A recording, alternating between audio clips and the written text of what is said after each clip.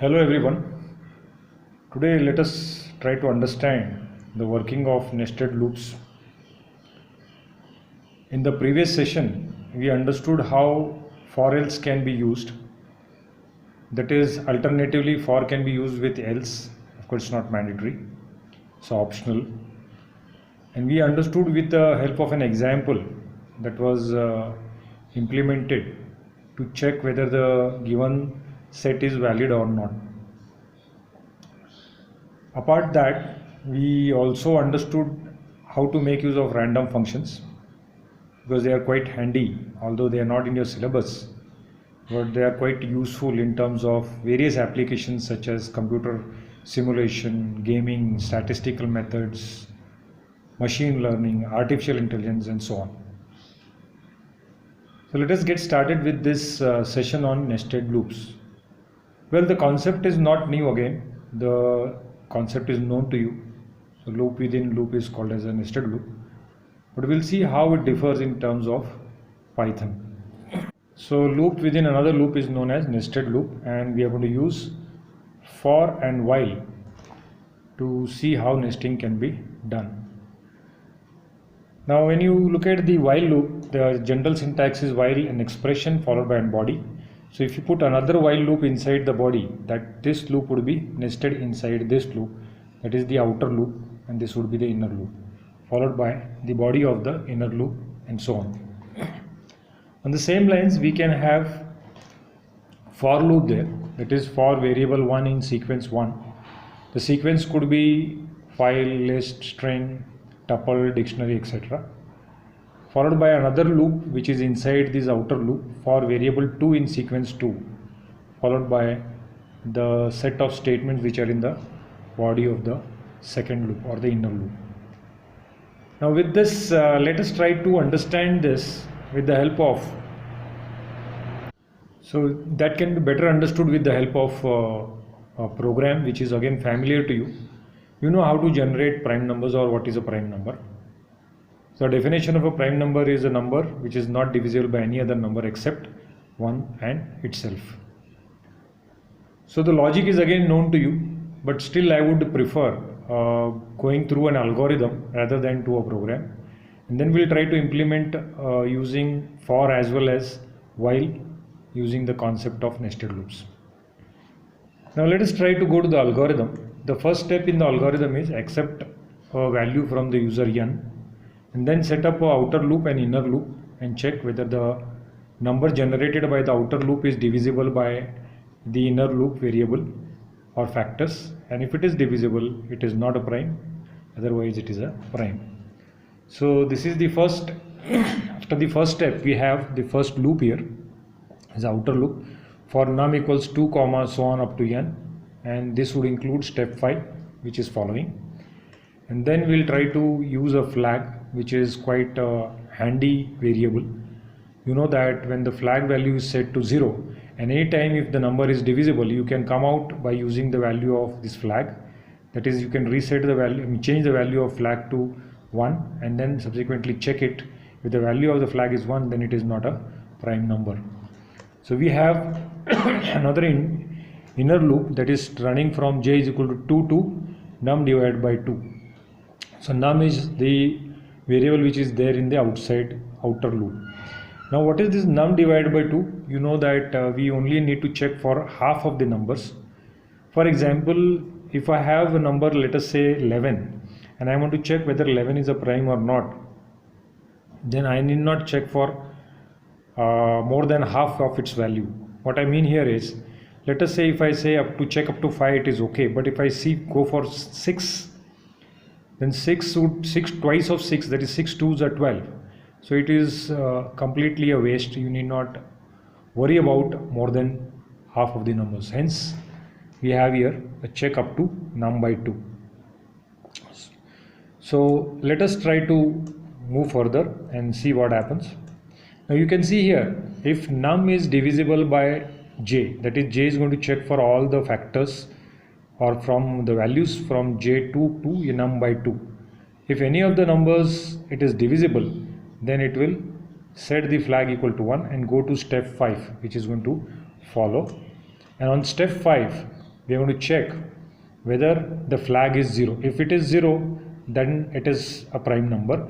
If it is not 0 because it has come from here directly, then you can immediately take a decision of going back with the next number, and hence it jumps to what is called as step 5. And then if it is not a prime, then it will not display the number. That is, if it is not prime, then it will not display, and again it will go back to step, these steps would be repeated.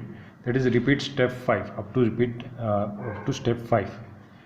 Now if it is a prime number, then it will never go here, and the value of flag would be 0. In that case, it will display the value 2 and then again go back to step 2.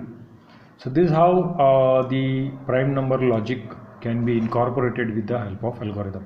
Now we'll try to implement this with the help of the editor and try to see how for and while can be used.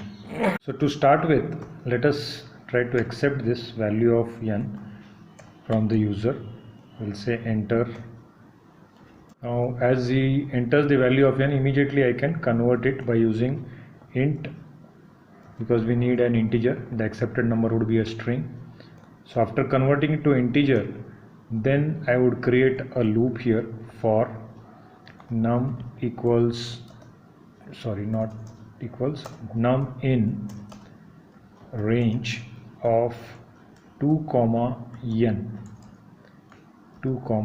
n. So it would be going n minus 1 number, so it would be better to use n plus 1, as you know the working of range. And then I would try to go for, but before that, as from the algorithm point of view, that is, we need to have a flag between the two loops. So let us try to have this flag in between two loops. Let us call this as flag equals 0 every time, and then let us take j in range from 2 to n divided by 2. So now you know that why it is 2 forward slashes, because we are interested in the integer part of it. So we'll try to do an integer division, hence 2 forward slashes. And now after this, I check if my num is divisible, that is modulus operator equals 0 anytime, then it is not a prime. So I would just not immediately take a decision, but I would set the flag equal to 1 and then break this loop, because I need to come out of it. And then finally outside the loop. So outside the loop is where is the outside the loop? So this is the outside of the for. So there I can have a check. So I can check here if my flag, that is, if my flag is 0 outside the loop, then I'll print the number. That means if it is at all goes into this, then it would never be flag 0, it will be 1, it will never print that value, it will go immediately to the next value of the outside loop. So this is how you can generate the numbers using nesting of the loop. Let us run this and see how it happens. So it is asking me to enter the numbers. Let us enter the number as 20, so that we can get numbers between 2, 1. Now when I run this, I get only 3 numbers here. Now what could be a mistake here? 11, 13, 17, 19. The reason is there is a mistake here, a small mistake. It is not n, because you know that you are checking for n, so you need not check for n num here, n here, but you want to check up to num only, because you are checking for num. So here num //2, that is the only correction. Now again we'll run this, and now we'll try to again run it for 20 numbers. Now you can see, well, you can see the numbers here, but oops, here 4 is also printed. Now can you guess what is the reason here? 2, 3, 5, 7, all other numbers are fine. The reason is because of this loop. For j in range of 2, num //2, that is integer division, but we are supposed to go one number extra, because it would be not going up to 4. That is 4 divided by 2 is 2, and it will never go up to 2 because it is one number less. So you just say +1 here. and now this should solve your problem. Now again we'll run this and we'll try to give 20 now. And now you can see absolutely wonderful here. You can have all the numbers 2, 3, 5, 7, 11, 17, 19 which are prime numbers. So this is how you can incorporate this for loop, that is nesting of for, to generate the prime numbers. Now we'll see how the similar approach can be used in case of while loop, just by changing from for to while. Let us try to implement the same program where the first line remains same, n equals input, enter the value of n, and now we'll take two variables. Let us call this as I equals 2 and j equals 2. Of course we need a flag also, but subsequently we can assign the flag there. Now this would run from while I is less than n, less than or equal to n, because we want all the up to n numbers, and then you know there is a flag there, so we'll try to set the flag equal to 0, and then we'll try to nest another while loop here. Now you know that this while loop would be running from j, that is j would run from j is less than or equal to I divided by 2. So that would be again I forward slash 2, and this, of course there is a colon here, you should not miss that colon syntax. And then you can check if my I percent equals 0, then I would take a decision here saying flag equals 1 and then break this loop. So this would be loop would be, it would come out of the loop, and then it has to be outside this loop, that is inside the outer loop. We can take a decision here saying if my flag happens to be 0, then only it is a prime number.